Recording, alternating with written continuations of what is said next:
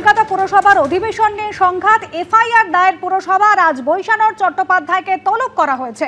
কলকাতা পুরসভায় যে নজিরবিহীন পরিস্থিতি তৈরি হয়, তারপর বৈশানর চট্টোপাধ্যায়কে নোটিশ পাঠানো হয়েছে, থানায় তলব করা হয়েছে। অর্ণব মুখোপাধ্যায় আমাদের প্রতিনিধি রয়েছেন আমাদের সঙ্গে। অর্ণব, একেবারে 22 তারিখের ঘটনা, অধিবেশন কক্ষ তালাবন্ধ ছিল, হাউসের বাইরে হাউস বসিয়েছিলেন তৃণমূলের কাউন্সিলররা। তারপর বৈশানর চট্টোপাধ্যায়কে কি কারণে তলব এবং কি রয়েছে নোটিশে? দেখো, যেদিনকে এই হাউস বসেছিল সেদিনকে একটা ঘটনা ঘটেছিল যে পুরসভার যে অধিবেশন কক্ষ, সেই অধিবেশন কক্ষ কেন খোলা হবে না সেই নিয়ে সুদীপ পল্লে, বৈশানর চট্টোপাধ্যায় সহ আরো কিছু কাউন্সিলর তারা গিয়েছিলেন নতুন যিনি সেক্রেটারি হয়ে এসেছেন তার ঘরে।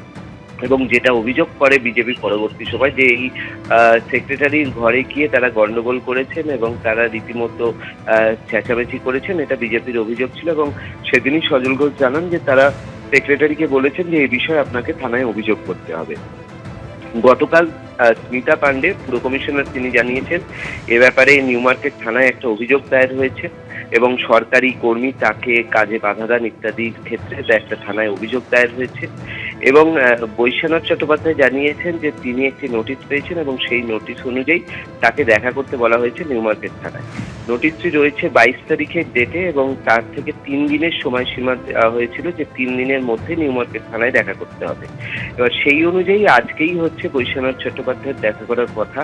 কিন্তু তিনি কালকে নোটিশ পাওয়ার কথা স্বীকারও করেছেন, কিন্তু তিনি দেখা করতে যাবেন কি যাবেন না সেটা একটা প্রশ্ন। এখনো অবধি যেটা সূত্র মারফত জানা যাচ্ছে, তিনি এ বিষয়ে আইনজ্ঞদের পরামর্শ নিচ্ছেন এবং পরামর্শ নেওয়ার পর তিনি সিদ্ধান্ত নেবেন। ধন্যবাদ অর্ণব।